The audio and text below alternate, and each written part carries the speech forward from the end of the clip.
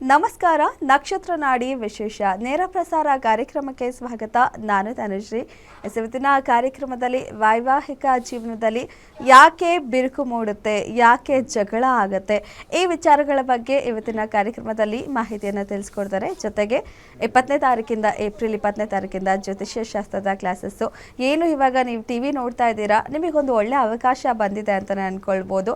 ನಿಮ್ಮ ಜೀವನದ ಬಗ್ಗೆ ತಿಳ್ಕೊಳ್ಳೋಕ್ಕೆ, ಸುಧಾರಿಸ್ಕೊಳ್ಳೋಕ್ಕೆ ಏನು ಮಾಡಬೇಕು ಏನು ಮಾಡಬಾರ್ದು ಅಂತ ತಿಳ್ಕೊಳ್ಳೋಕ್ಕೆ ಒಂದು ಒಳ್ಳೆ ಅವಕಾಶ ಆಗಿರುತ್ತೆ. ಇದು ತುಂಬ ಕಡಿಮೆ ಮೊತ್ತ.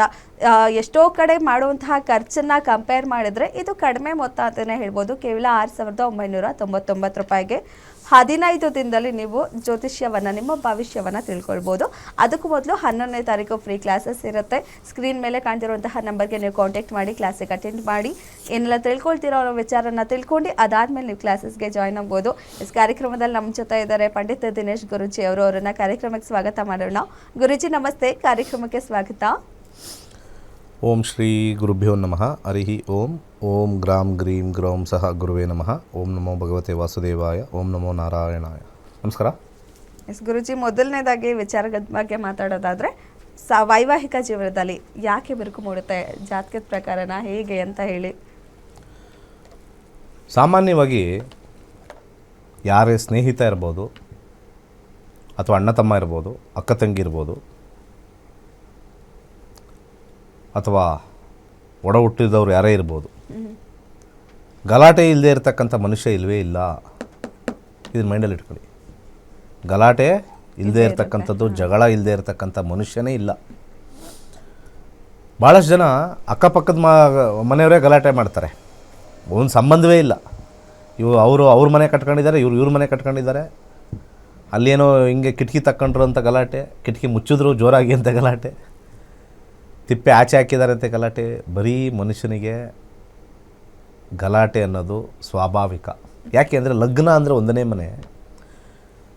ಈ ಮನುಷ್ಯ ಒಂಟಿಯಾಗಿ ಎಲ್ಲನೂ ಇರಬೇಕು ಅನ್ನೋದು ಇಷ್ಟ. ಅಂದರೆ ಅವನು ಒಂಟಿಯಾಗಿ ಎಲ್ಲನೂ ಅನುಭವಿಸ್ಬೇಕು ಅನ್ನೋ ಆಸಕ್ತಿ. ಆ ಕಾರಣದಿಂದ ಜ್ಯೋತಿಷ್ಯದಲ್ಲಿ 3 ಮನೆಗಳು ಸಾಮಾನ್ಯವಾಗಿ ಎಲ್ಲರನ್ನೂ ಕೆಡಿಸುತ್ತದು. ಇದು ಬರೀ ಮದುವೆ ವಿಚಾರದಲ್ಲಿ ಅಂತಲ್ಲ, 3 ಮನೆಗಳು ಎಲ್ಲರನ್ನೂ ಕೆಡಿಸುತ್ತೆ. ಅದ್ರಲ್ಲಿ ವಿಶೇಷವಾಗಿ ಮೊದಲನೇದು 1ನೇ ಮನೆ. 1ನೇ ಮನೆ ಅಂತಂದರೆ ಲಗ್ನ. ಯಾವಾಗ ಜ್ಯೋತಿಷ್ಯದಲ್ಲಿ ದಶಾದಲ್ಲಿ 1ನೇ ಮನೆ ನಡೆಯುತ್ತೆ, ಆ ಟೈಮಲ್ಲಿ ಯಾರ ಜೊತೆನೂ ಬೆರೆಯಲ್ಲ ಅವರು. ಇನ್ನು ಯಾರ ಜೊತೆನೂ ಬೆರೆಯಲ್ಲ ಅಂದಾಗ ಇನ್ನು ಮದುವೆ ಆದಾಗ ಅವ್ರ ಜೊತೆ ಬೆರೀತಾರಾ? ಅಲ್ಲಿ ಕ್ಯಾನ್ಸಲ್ ಆಯ್ತಲ್ಲಿ. ಅದು 1ನೇ ಮನೆ.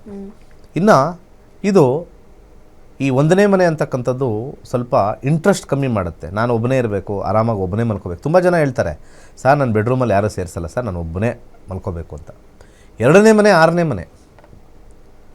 6ನೇ ಮನೆ ದುಡ್ಡಿನ ವಿಚಾರಕ್ಕೆ ಬರುತ್ತೆ. ಕಾಸು ವ್ಯವಹಾರ ಎಲ್ಲಿವರೆಗೂ ಕೊಡ್ತಾ ಇರ್ತೀವಿ, ಮನೆಗೆ ತೊಗೊಳ್ತಾ ಇರ್ತೀವಿ, ಅವಳು ಕೊಡ್ತಾ ಇರ್ತಾಳೆ, ಇಬ್ಬರೂ ಸೇರಿ ಇನ್ವೆಸ್ಟ್ ಮಾಡ್ತಾ ಇರ್ತಾರೆ. ಆವಾಗ ಗಲಾಟೆ ಇರಲ್ಲ, ದುಡ್ಡಿಂದ ಸ್ಟಾರ್ಟ್ ಆಗುತ್ತೆ ಗಲಾಟೆ. ಜೀವನದಲ್ಲಿ ವಿವಾಹಕ್ಕೆ ಈ 3 ಮನೆಗಳೇ ಕಾರಣ. ಫಾರ್ ಎಕ್ಸಾಂಪಲ್, ಅವಳು ದುಡಿತಾ ಇರ್ತಾಳೆ, ಇವನು ಮನೆ ನೋಡ್ಕೊಳ್ತಾ ಇರ್ತಾನೆ, ಅವ್ರ ಅಮ್ಮಂಗೆ ಕೊಡ್ತಾ ಇರ್ತಾರೆ, ನಮಗೇನು ಆಗ್ತಾ ಇಲ್ಲ, ನೀನು ಹಾಕು ದುಡ್ಡು ಅಂತಂದರೆ ನಾನು ಯಾಕೆ ಹಾಕಬೇಕು ಅಂತ ಗಲಾಟೆ. ಕೆಲವರು ನಾನೇನು ದುಡಿಯಲ್ಲ, ಮನೇಲಿ ಕೂತ್ಕೊಂಡು ತಂದು ಹಾಕು ಅಂತ ಗಲಾಟೆ. ಎಲ್ಲ ರೀತಿಯ ಆರ್ಥಿಕ ಗಲಾಟೆ ದಂಪತಿಗಳಲ್ಲಿ ಬರುತ್ತೆ. ಅದು 6ನೇ ಮನೆ. ಅನ್ಯೋನ್ಯತೆ ಅಂತ ಹೇಳ್ತಕ್ಕಂಥ ಕಾಂಪೌಂಡ್ರ್ ಹೇಳ್ತಕ್ಕಂಥದ್ದೆಲ್ಲ ವರ್ಕ್ ಆಗಲ್ಲ. 36ಕ್ಕೆ 30 ಬಂದ ತಕ್ಷಣ ಅವನು ಏನು ದುಡ್ಡು ಸುರಿಯಲ್ಲ, ಅಥವಾ ಅವಳು ಏನೋ ಮಾಡಿ ಪಾತ್ರೆ ಸಮೇತ ಬಿರಿಯಾನಿ ಮಾಡಿ ಏನು ಕೊಡೋದಿಲ್ಲ. ಅವೆಲ್ಲ ಸುಳ್ಳು. ಹಾಗೆ ಈ ನಂಬರ್ಗೆ ಆ ನಂಬರು, ಆ ನಂಬರ್ಗೆ ಈ ನಂಬರ್ಗೆ ಮ್ಯಾಚ್ ಆಗಲ್ಲ ಅನ್ನೋದು ಸುಳ್ಳು. ಈಗ ಅದನ್ನು ನಿಲ್ಲಿಸ್ಬಿಟ್ಟಿದ್ದಾರೆ ತುಂಬ ಜನ ಅದನ್ನು ನಿಲ್ಲಿಸ್ಬಿಟ್ಟಿದ್ದಾರೆ. ಕೊನೆಯದಾಗಿ 10ನೇ ಮನೆ.